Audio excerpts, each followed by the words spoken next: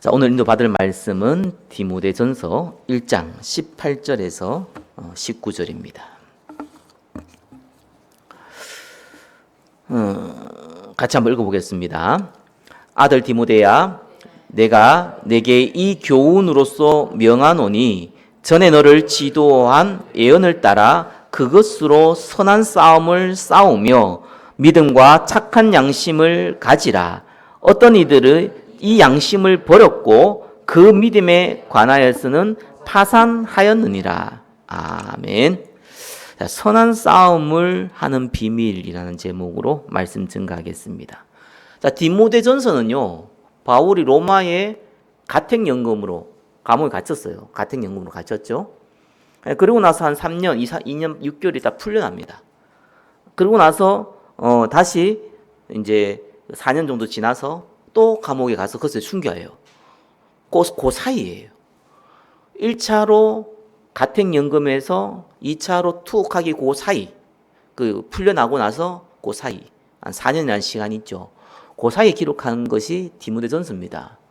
왜 이 사이가 중요하냐니까 바울이 로마에서 나와서 가택연금에서 나와서 로마에서도 복음 전하고 또 여러 지역을 돌아다니면서 복음도 전했어요. 근데 그 얘기는 성경에 기록되어 있지 않아요. 근데 그 가운데 바울이 세웠던 교회, 어떤 에베소 교회는 가장 부흥된 교회입니다. 그래서 아시아에 사는 자는 헬라이나 유대인이나 다 주의 말씀을 들었다고 했던 교회거든요.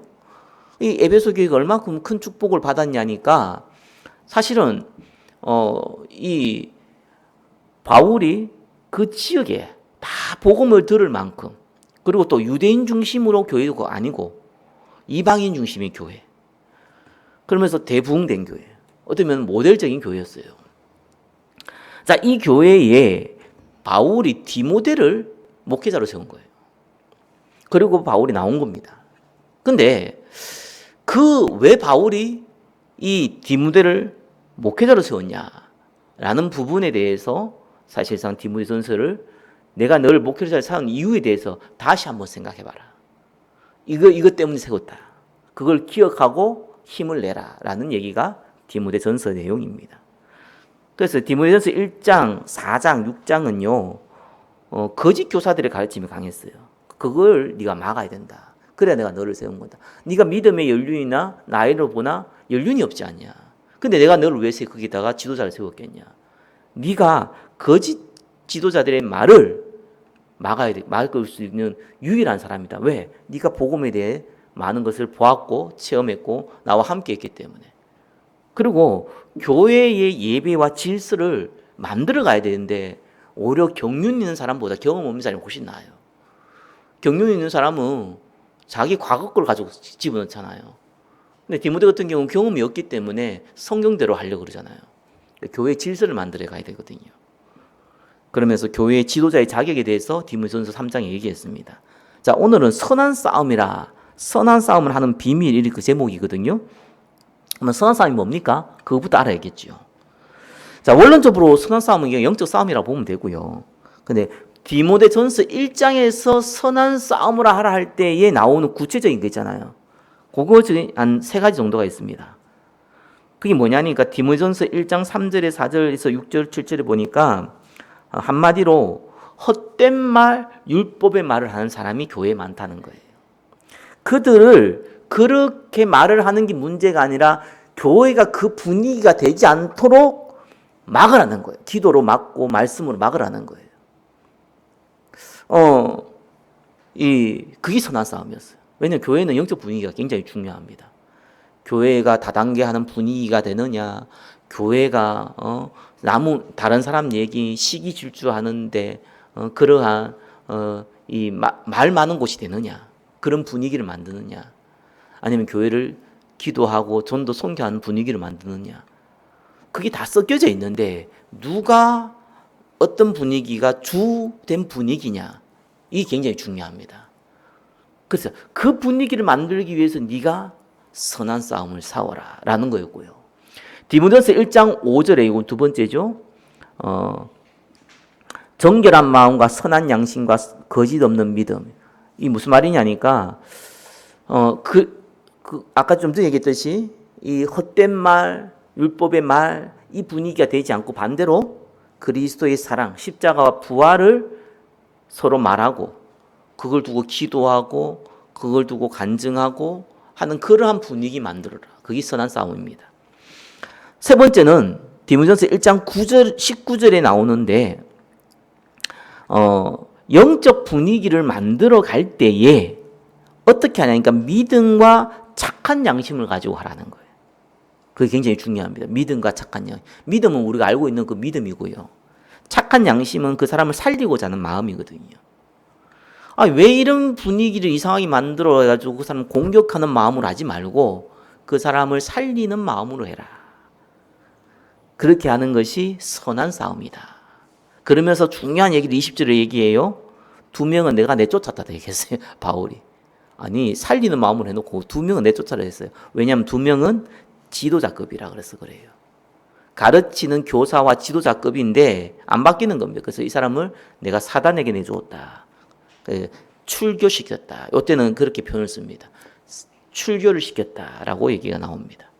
선한 싸움은 세 가지를 얘기할 수 있습니다. 헛된 말, 율법의 말을 분위기를 막고 동시에 십자가와 부활을 위해 전도 선교의 분위기를 만들고 그러면서 어떻게 합니까?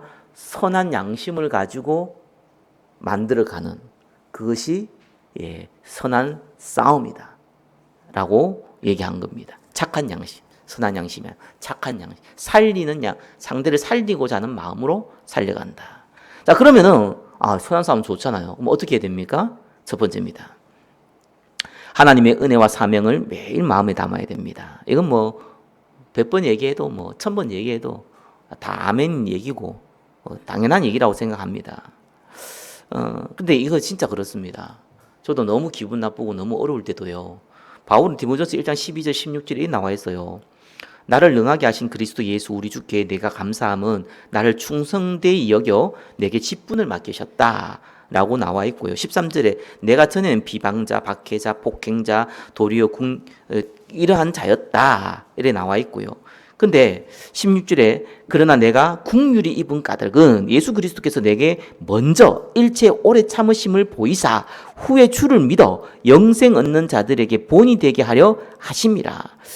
본인은 박해자였고 본인은 폭행자였고 또 본인은 비방자였는데 이러한 나를 불러가지고 내가 일꾼으로 나를 삼으신 것은 하나님이 내 같은 사람도 오래 참으시고 구원하셨는데 하물며 다른 사람들을 당신 같은 사람들을 하나님이 나보다 낫지 않냐?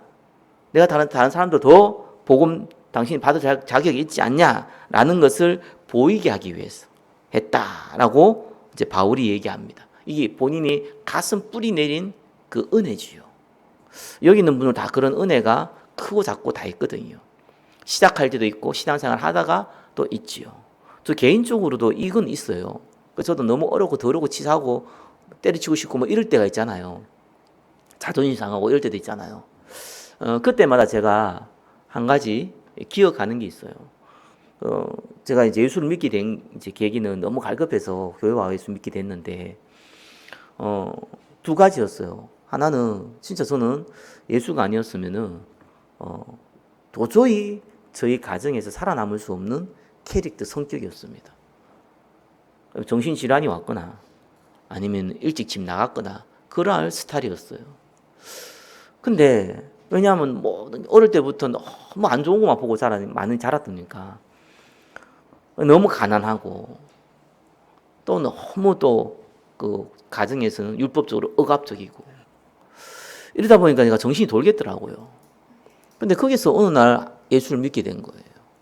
그래서 하나님의 은혜죠. 그래서 내가 너무 좋았던 기억이 하나 있고요. 근데 이제 이것이 이제 어릴 때 눌리고 강압당하고 가난하고 이러면은요, 어떤 문제가 오냐니까 다 그런 건 아니겠지만 영적인 문제 와요. 다른 신에도 오시면 다 오긴 하지만 그런 사람은 더 많이 와요. 저도 다 오더라고, 어느 날. 또 와버리니까요. 야, 이거 감당이 안 되는 거예요. 딱 제가 대학 1학년 때, 그래서 대학 들어가서 와서 다행이지. 딱 대학 들어가가지고 딱 문제가 오는데, 이거는 지금 같으면, 지금 그런 문제 오면 병원도 가보고 그런 건데, 저 때만 해도 또 대구 시골이라 가지고 정신병원 진짜 미쳐가 돌아온 사람만 가는 곳인 줄 알았거든요. 그러니까 정신병원이라 했지 정신 뭐 클리닉 뭐 이런 거 개념이 없잖아요. 그러니까 정신병원 갈 수도 없고 누구한테 그렇다고 내가 뭐 돈 것도 아닌데 그러니까 여기에 대한 이제 근데 불구하고 내가 집중도 안 되고 아무것도 안 되는 거예요. 그러니까 너무 영적 문제가 와버리니까 사람이 감당이 안 되더라고요. 그래서 사실은 제가 그때부터 본격적으로 교회도 나가고 선교단체도 나가고 뭐 책도 많이 읽어보고 나름대로 뭐 저기 밤새도 기도하는 기도원도 가고 이거를 이제 뭐 몇 년간 몸부림친 거예요. 몇 년이 아니고 그 10년을 몸부림친 거예요. 10년을 몸부림치다가 제가 어느 날 딱 깨달은 게 하나 있어요. 안 된다는 걸 알았어요. 아무리 몸부림쳐도 안 되더라고 사람은요. 영적 문제는 아무리 몸부림친다고 되는 게 아니더라고요. 기도해도 안 돼요 사실상. 그래서 정말 무슨 뭐 능력 받아도 안 돼요. 그때뿐이에요. 은혜 받아도 안 돼요. 그때뿐이라니까. 그때는 괜찮은데 금방 또 사람이 이상해져요. 그래서 제가 가만히 생각해보니까 예수님 십자가에 정말 다 이루었잖아요. 저도 그 말이 딱 은혜가 되는 거예요. 그래 다 이루었지 않냐. 그러면은 내가 지금 심각한 이런 정신 영적 문제가 있는데 이거 안 바뀌는데 아니 불신자들도 하는 얘기 있잖아요. 그죠? 피할 수 없으면 즐기라고.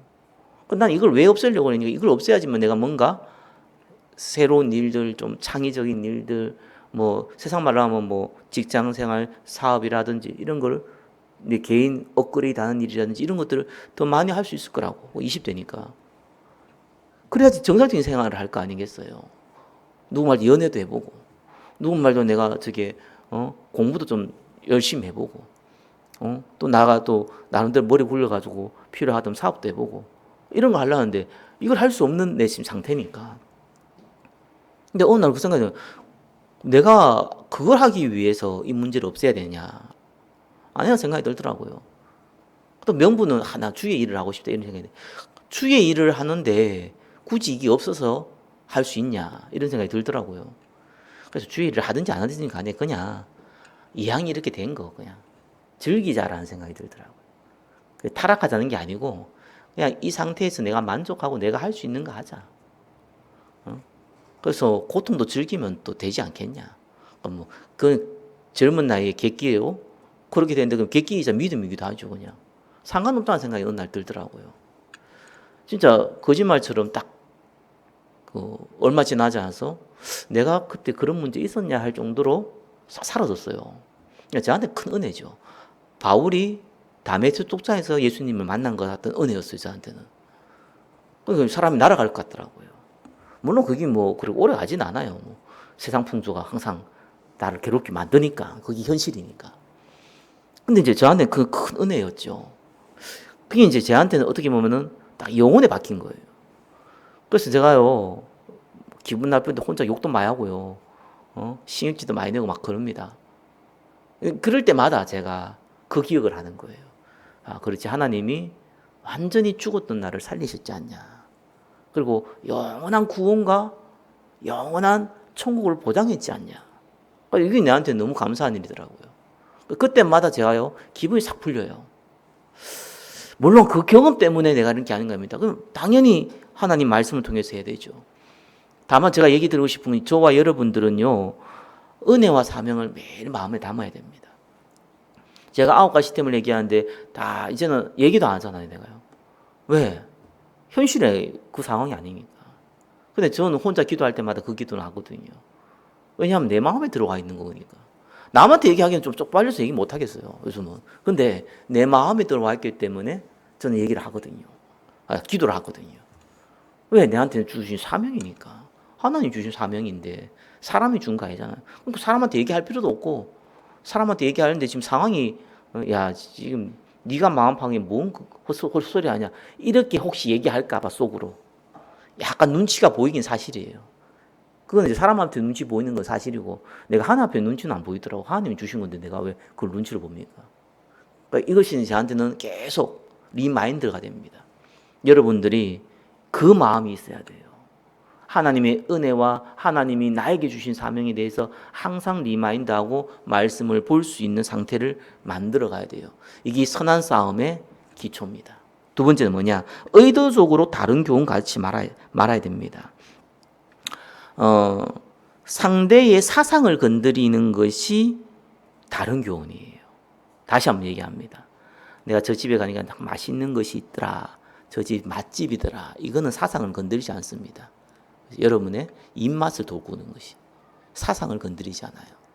사상을 건드리는 거는요, 이 말 그대로 뭐 어떤 철학, 또 뭐 정치, 또 우리는 복음이죠. 이건 사상을 건드려요. 복음 외에는 다른 걸 가지고 다른 사람의 사상을 건들면 안 돼요. 그러면 적이 됩니다. 움직여서 적이 됩니다. 그래서 포스트 모더니즘이잖아요. 니는 네 생각 오케이, 나는 내 생각 오케이, 에브리바디 오케이. 이게 포스트 모더니즘이거든요. 이게 이제 성경적으로는 굉장히 반대되는 얘기잖아요. 성경은 진리를 얘기하니까. 예수가 그리스도 그 외에는 다 비진리니까. 그렇잖아요. 이 포스트 모더니즘이 사실은 성경이 반대되는 생각이에요. 근데 저는 다르게 생각하거든요. 모든 세상의 사상은 포스트 모더니즘으로 가는 게 좋다. 네 생각은 그렇고 내 생각은 그렇고 둘 다 오케이. 이래야지 평화가 돼요. 복음은 진리예요. 복음은 포스트 모더니즘으로 가면 안 돼요. 무조건 진리입니다. 복음 외에는 진리가 없어요. 그러면 결론이 간단하잖아요. 나머지는 진리 아니라는 거잖아요. 네 생각도 맞고 내 생각도 맞고. 왜? 그때. 우리나라는 정치적인 문제가 좀 많아요. 동서남북이 많이 갈려 있잖아요. 근데 제가 볼 때는 우리나라가 정치 후진국이라는 이유가 있어요. 그 젊은 세들은요 정치 얘기 안 합니다. 한 사람인데 꼰대고요. 주로 나이 든 사람들이 많이 합니다. 최소한 지금 40대, 50대 이상들이 많이 해요. 우리나라는 정치 얘기를 어떻게 얘기하니까 보니까 이건 잘하고 이건 못하고 이건 좀 갱신하면 좋겠고 이렇게 얘기를 안 해요. 저건 죽일 놈, 이건 살 놈이에요. 그러니까 후진국이죠. 왜냐하면은 그거는 사상을 건드리거든요. 그러니까 저건 참 좋은데 저 부분 좀 약해, 저 부분 좀 갱신이 좋겠어 이렇게 얘기하는 사람이 내가 거의 못 봤어요. 그러니까 이게 이제 후진국의 특징이거든요. 머리 구조가. 그러니까 어떻게 하면 이건 맞고 무조건 맞고 이건 무조건 틀리고 어떻게 하면 뭘 건드립니까? 상대의 사상을 건드리는 거예요. 그러니까 이제 신사들은 조용히 적을 합니다. 적을 이제 적이 됩니다. 그래서 성격이 좀 막 이렇게 드러내는 사람들은 니 틀렸다 그러고 막 싸웁니다. 근데 불신자 뭐 그렇든지 말든지 뭐 우리가 상관할까 하잖아요. 구원받으면 했으니 그럼 얼마나 부끄럽습니까? 이런 게요. 우리나라가 뭐 피타 뭐냐 저게 소크라테스 어떻고 이거 안 싸우잖아요. 한국은. 그죠? 왜 그런 철학적인 공부도 안 했고 또 그런 사상 자체가 서양적 사상이다 보니까 안 들어와 있고 동양적인 사상은 많이 싸워요. 제사부터 해서 그거 유교 사상이잖아요. 그런 사상 가서 싸웁니다. 그건 A다. 그 뭐냐 선대로부터 내려온 전통이다 이런 거 싸우잖아요. 이게 사상을 건드린다니까요. 남은 또 우리를 건드린다 하더라도 구원받은 백성은 건들지 마라. 복음으로 사상을 건드리는 것은 필수 요건이지만 다른 거로는 사상을 건드리면 안 된다. 그래서 의도적으로 다른 교훈을 가르치면 안 돼. 사상을 건드리는 교훈을 가르치면 안 됩니다. 세 번째입니다. 호기심, 선한 싸움이고요. 비밀입니다. 그 세 번째 뭡니까? 살리는 마음이어야 돼요. 복음 전할 때 18절에 19절에 이렇게 하죠. 믿음과 착한 양심 가져라 했거든요. 그 믿음 당연하죠. 우리 복음 좋아하는데 니도 예수 믿으면 좋겠다 할 때 내가 믿음이 없는데 어떻게 그 사람에게 예수 믿으라고 하겠습니까? 내가 믿음이 있으니까 예수 믿으라고 얘기하죠. 근데 방법이 뭐냐니까 착한 양심이어야 돼요.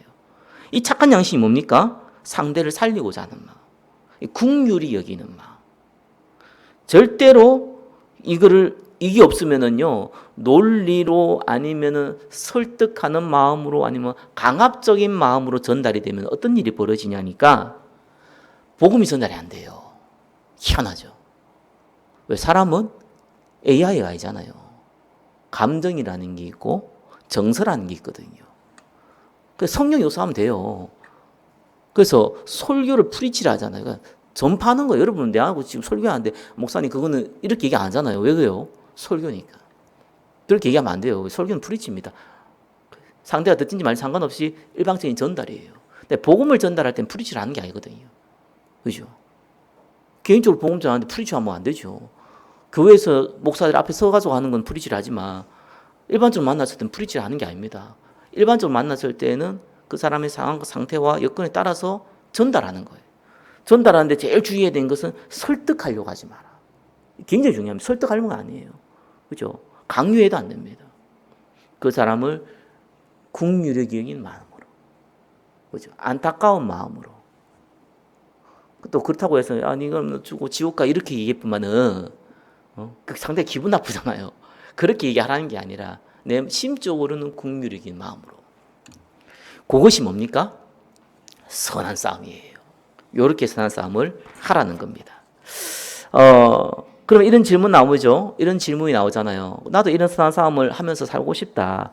근데 그러고 가면 내 성격이 어떻고, 내 기질이 어떻고, 내 여건이 어떻고, 내 환경이 어떻고, 이런 얘기를 할 수 있습니다. 여러분, 이런 기도문 많이 들어봤을 거예요. 저는 제가 뭐 가끔씩 이렇게 들어보면 항상 이렇게 기도 중에서도 참 성령의 감동받은 기도다라는 얘기 있잖아요. 힘을 달라고 기도했더니 하나님은 나를 강하게 만들 시련을 주셨다. 이런 기도 들어봤잖아요. 지혜를 달라고 기도했더니 하나님은 내가 풀어야 할 문제를 주셨다. 용기를 달라고 기도했더니 하나님은 극복해야 할 위험을 주셨다. 영원 사랑을 달라고 기도했더니 하나님은 도와야 할 상처받은 사람들을 보내주셨다. 그래서 내 기도는 모두 응답받았다. 이렇게 얘기하잖아요. 그런 얘기 들을 때마다 참 성령에 감동돼서 참 저런 얘기가 나오는구나 싶더라고요. 이건 말장난이 아니더라고요. 그러니까 똑같은 상황, 똑같은 여건이라도요, 보는 관점에서 따라 완전히 다릅니다. 그래서 선한 싸움은요, 내 여건이 좋아서 하는 게 아닙니다. 선한 싸움은 오히려 여건이 어려울 때 더 많이 할 수 있습니다. 그게 선한 싸움입니다. 말씀을 맺겠습니다. 은혜와 사명으로 매일 마음을 담아라. 그게 선한 싸움에 하는 비밀입니다. 헛된 말, 율법의 말, 의도적으로 말하지 말라. 그게 선한 싸움입니다. 상대를 설득하거나 내 편으로 만드는 마음이 아니라 상대를 살리는 마음으로 복음을 전해라. 그것이 선한 싸움입니다. 한 주간 선한 싸움에 승리하시기를 예수 그리스도의 이름으로 축원합니다. 기도하겠습니다. 선한 싸움에 승리하는 자가 되게 하여 주옵소서. 예수 그리스도의 이름으로 기도드립니다. 아멘.